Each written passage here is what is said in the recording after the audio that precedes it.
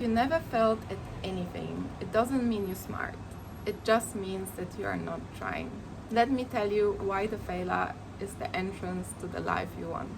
Hello everyone. So today I want to talk about very important topic that I feel like not many people talk about it on this platform and on social media in general. You probably have noticed as well that so many people, they just share positive things about their life. For example, they can share their success. It can be either financial success, or they can show you how happy they are in their relationship or in their family.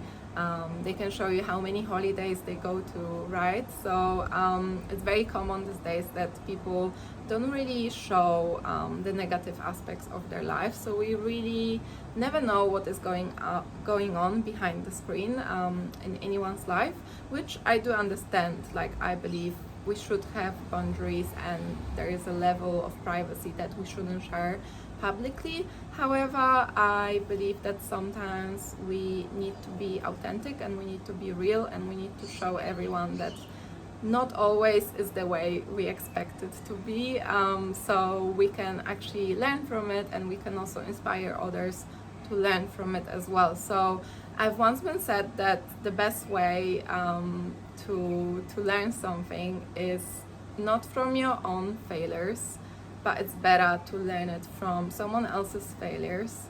But actually, even better way is to learn from someone else's successes. So today I will let you to learn from my own failure, which happened recently. So I did fail in business again, which at first I was quite upset about, of course, because I was very emotional. It just happened. I put lots of energy and intention into it, lots of time as well. So when it happened, I was like, oh my gosh, like again, it didn't work again. So I got very disappointed, but the more time goes by, I realized that that was an important part of my future success, of my life in general, of my journey going towards the success. So I want to share that story with you today. So for the last few good months, or even could be a year already, I've been working on my very first product, which I'm very excited about. So it's a pet industry product related to dogs and sports as well. It's a special hands-free leash that you can use for running with your dog, but also for walking or hiking. This leash is designed for comfort, for safety, performance, and also is gonna be very aesthetic. It's gonna match your activewear, so it's gonna look really good. I felt that there's a gap in the market about it. There is quite a few hands-free leashes, but first of all, then they are not as common as they should be. I still see on the streets lots of people running with their dogs, holding the leash in their hand, which looks a bit funny and must be also uncomfortable and inconvenient. So I thought it would be great product to implement it in the market. And also I also believe that even if there are some hands-free leashes that exist on the market already, I believe they are not good enough when it comes to safety and comfort, and also when it comes to aesthetics. And I feel like that these days aesthetics is very important because we live in such a social media kind of life. So we wanna, of course, show whatever looks good, we wanna show it. So I believe that it will be very crucial part of my product to make it look really good, so you can match it with your favorite activewear and you can actually be proud of wearing it. So long story short, I've never designed a product before, so I was quite scared and hesitant. I was like, oh my god, like how am I gonna do it? Like what do I do? Like what is the first step? What is the second step? What is the next step after that? I had no idea. I had no idea about anything regarding this process. But I've done lots of research. I spent hours on reading different articles or watching different YouTube videos, listening to people who already has done it. And I did manage to get to where I am now, which is pretty exciting and pretty good already. So with my leash, I spent hours on thinking how to make this product, how to make it better, what should be changed, what should be removed, what should be added to it. So there were lots of things that I had to consider and do my research about. I also had to research plenty of different reviews on different brands, positive and negative reviews as well. So based on feedback of the customers, I designed it in my head, like I got the idea in my head first, and then I did some sort of like a very amateur sketch of it, because I'm not the best with drawing, but I just did like a very basic sketch. So whenever I hire a designer, they will get the basic idea of what I want. And then I finally found a designer which helped me to draw a professional sketch of my product.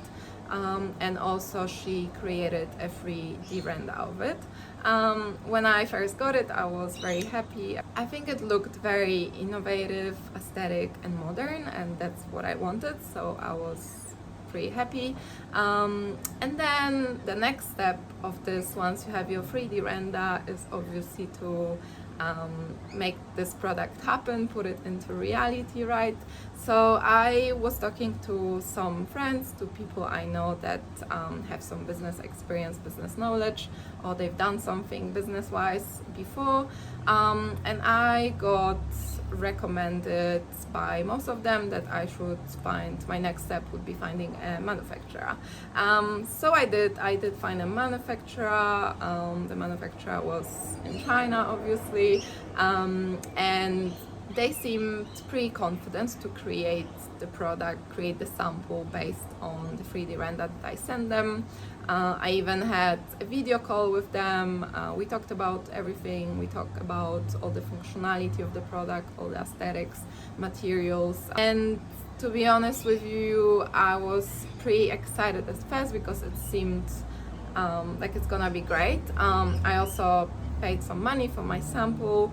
And then I realized that this sample just doesn't get done. Like, I've been waiting, I would say, in total, like it took 3 months of waiting time to get the sample done. They've been always having some excuse why my sample hasn't been done yet.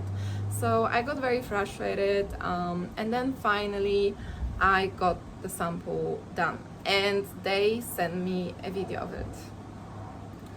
I was like seriously, like, no, this is not even close to what my free render looks like.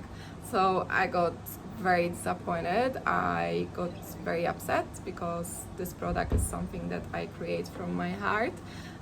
So I took it very personally, and it was really hard for me to accept it because it was, not even close to what I wanted to look like. The functionality of it didn't make sense at all. It was very silly of them to create something like this. So yeah, I got very disappointed, and I just thought, alright, it's just another failure in my business journey. I just need to accept it. The more time goes by, I will learn from it. I need to take the best feedback from it as I can, and just not give up, and just approach it differently next time and do something different. So this story inspired me to record this video and show you the reality of creating your own product and your own business, building your own business. It's not as easy as many people here on YouTube or anywhere else on social media say, but yeah, in general, based on the story, I wanted to talk about failure in general. Because at first I was, of course, upset, I was disappointed about what happened. However, now I feel grateful that this happened because it taught me a lesson. It made me realize what I've done wrong. And without this happening, I wouldn't know that it's a wrong step to do. So now I know what is the better step to approach this process of creating your own product. And I am approaching things differently now, and I am grateful that this happened.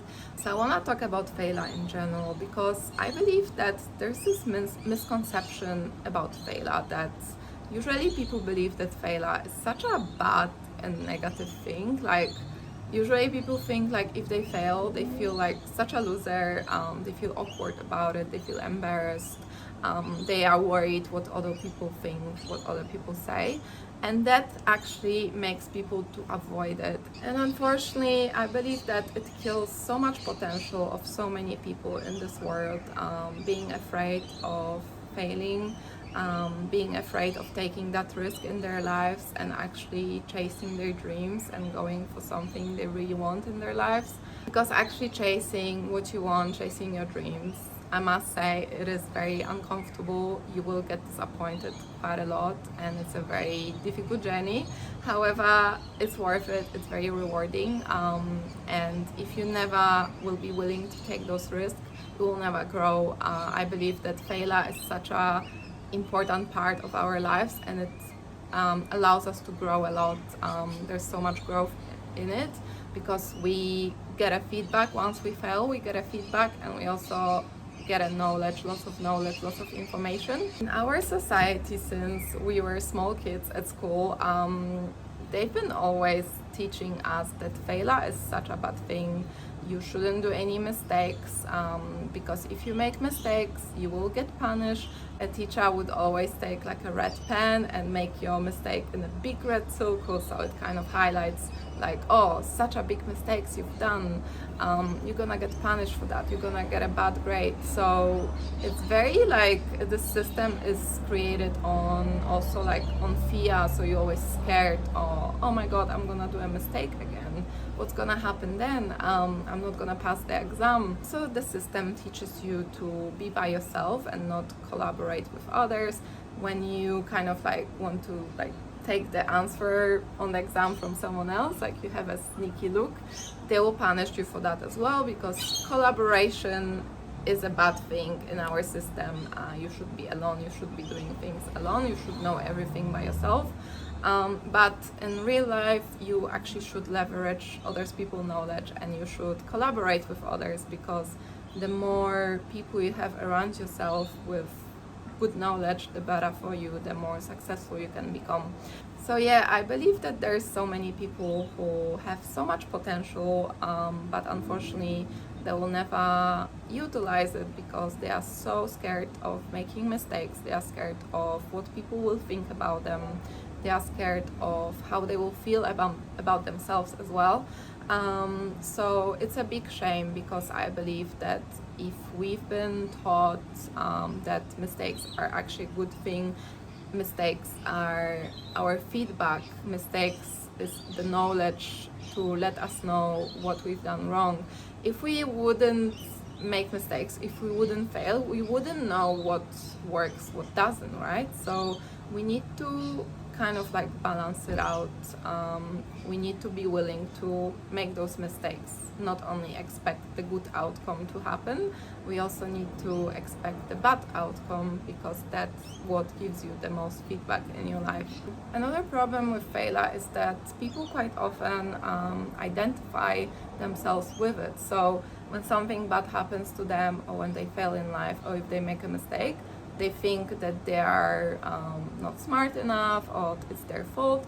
But quite often it's also a reason why you fail or why you make a mistake is because of the external factors, not only because of your fault. So we also should learn how to separate ourselves from the failure emotionally. If you are a person who believes that has lots of potential and wants to achieve big things in your life and also chase your dreams, I really encourage you to take those risks.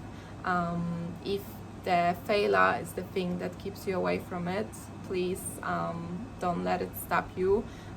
Take as many risks as you can, because the more you do, the more experience you get. Even if the outcome is gonna be bad, you will learn the most, and it's the best way to learn things in life and in business and in general. I wish you all the best and hope to hear from you soon.